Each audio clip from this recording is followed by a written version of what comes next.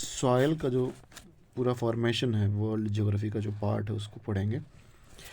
Soil बनती कैसे है? सॉयल रिजल्ट ऑफ डिसइंटीग्रेशन है और डिकम्पोजिशन जो होता है loosened up and unorganised rock materials.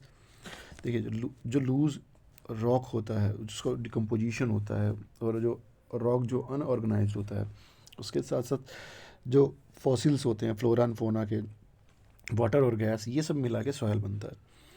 Bed rock, climatic and biotic factors play a vital role in the formation of soil.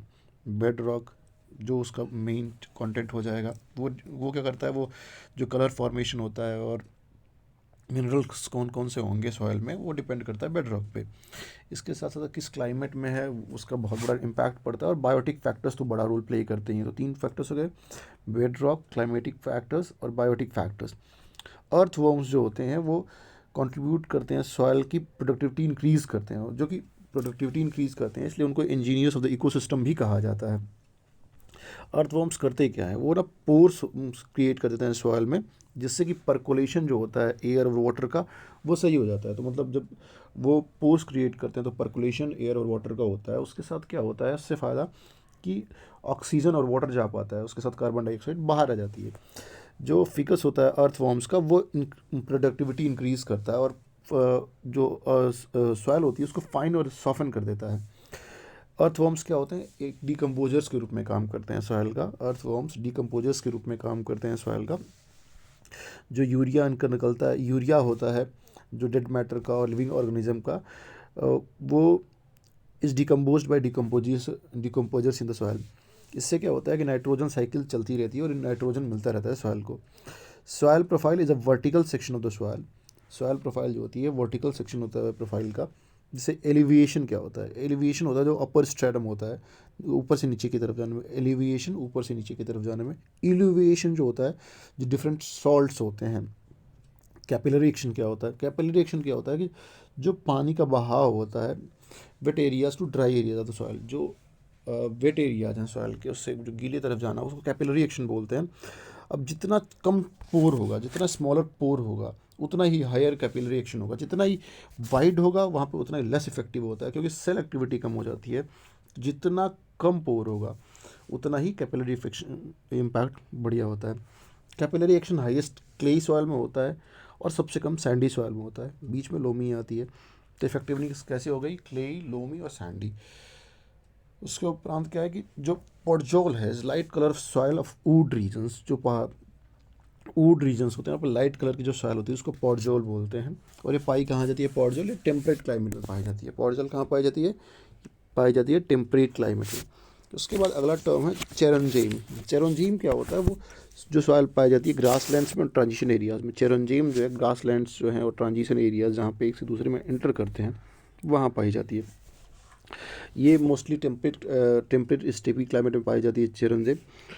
और उसके बाद फिर क्या है कि ये ह्यूमिड ग्रासलैंड्स में भी पाई जाती है। लेटराइट सॉइल क्या होती है, लेटराइट जहाँ पे वार्म मॉइस्ट एरियाज़ होते हैं, जहाँ बारिश भी हो रही है और बहुत ज़्यादा धूप भी है, वहाँ पाई जाती हैं। The top layer of the soil has oxides of iron and salts of aluminium present. तो उसमें क्या होता है कि जो टॉप लेयर होती है उसमें ऑक्साइड होते हैं आयरन के और एल्युमिनियम के सॉल्ट होते हैं।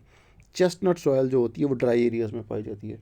3 तरह की सॉइल होगी, पोडजोल पाई जाती है टेम्परेट में, और टेम्परेट स्टेपी क्लाइमेट में पाई जाती है चेरनजीम। लेटराइट के ऊपरी भाग में ऑक्साइड होती है आयरन की और एल्युमिनियम भी प्रेजेंट होता है। चेस्टनट सॉइल जो होती है ड्राई एरियाज़ में पाई जाती है। इसका कलर डार्क ब्राउन होता है और लो ह्यूमस कंटेंट होता है। चेस्टनट में डार्क ब्राउन कलर और लो ह्यूमस कंटेंट होता है।